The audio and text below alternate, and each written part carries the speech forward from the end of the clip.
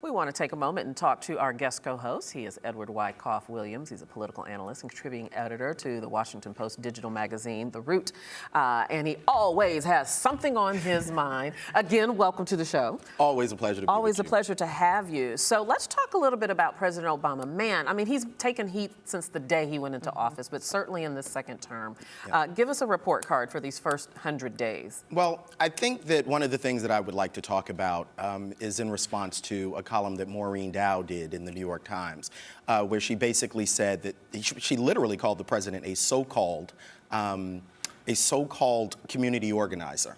And she, I think, basically is reiterating a meme in the media that somehow this president, one, is still illegitimate or has not yet proven himself, which I think is really ridiculous, but that has been an effective tool on the right, specifically by people like, by the media at Fox News, and then conservative outlets and conservative writers like her, like George Will at Washington Post, to basically try to say that the president is the one that's responsible for the intransigence that we see coming from Republicans. And I think specifically she was talking about gun control and immigration. And basically we clearly see that it has been Republicans who have obstructed any move on gun control and any real move on immigration reform. But yet President Obama is always being blamed for them not working with him. And it reminds me of something that the former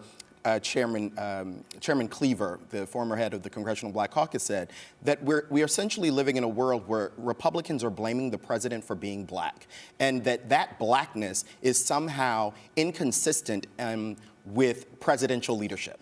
Let me push you a little bit on that, Edward, because we're all very aware of the arguments that that he can't get anything done, that he's not working with the Republicans. Yes. What we know is they set as an agenda when he was elected the first time to oppose everything that he presented. However, let me hearken back to President Harry Truman, who said the buck stops here. Yes. So if the Republicans set as his agenda to oppose the president, doesn't the onus fall on him, though, to find a way to work with people, to get around them, if you will, and get some things done, some policy done? I think that there's a real problem when the only reference points we have for this kind of intransigence is 60 years ago or 70 years ago.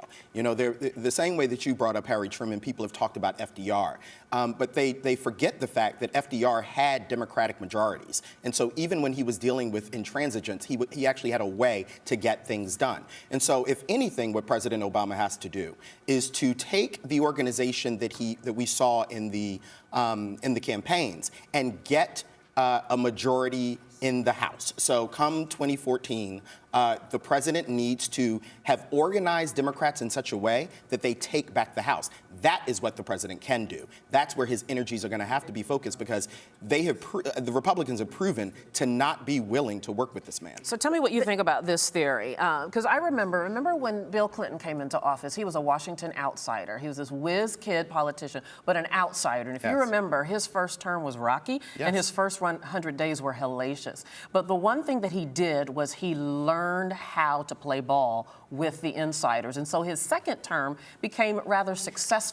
Has Obama learned how to play ball? I think we forget that Bill Clinton, at the end of the day, was a white Southerner who was willing to play ball in an old school boy kind of way. And so he basically sold out a lot of the Democratic agenda. This is a man who signed Don't Ask, Don't Tell into law. This is a man who signed DOMA into law, the Defense of Marriage Act. He signed welfare reform into law. So he was willing to, yes, work with their agenda, but they also were willing to work with him. We do not see that with President Obama's now second term, even into his second term, basically a Republican Party that is desperately committed to undermining him, and so to ensure that ultimately his legacy will be that, yes, he was the first African-American president.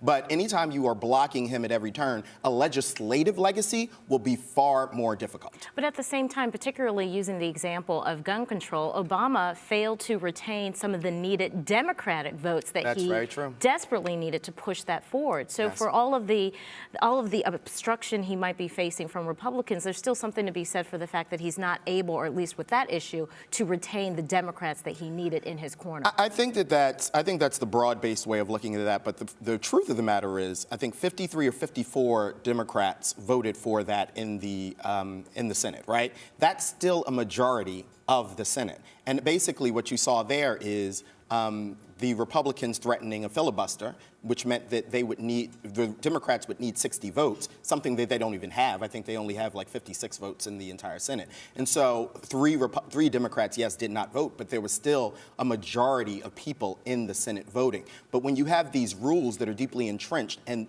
that allow for this kind of disruption to occur in our politics, then ultimately you have to look at the other elected officials, not just this one president. I think the one concession that we can all make is it's frustrating no matter how you look at it. Exactly. Every way you slice it.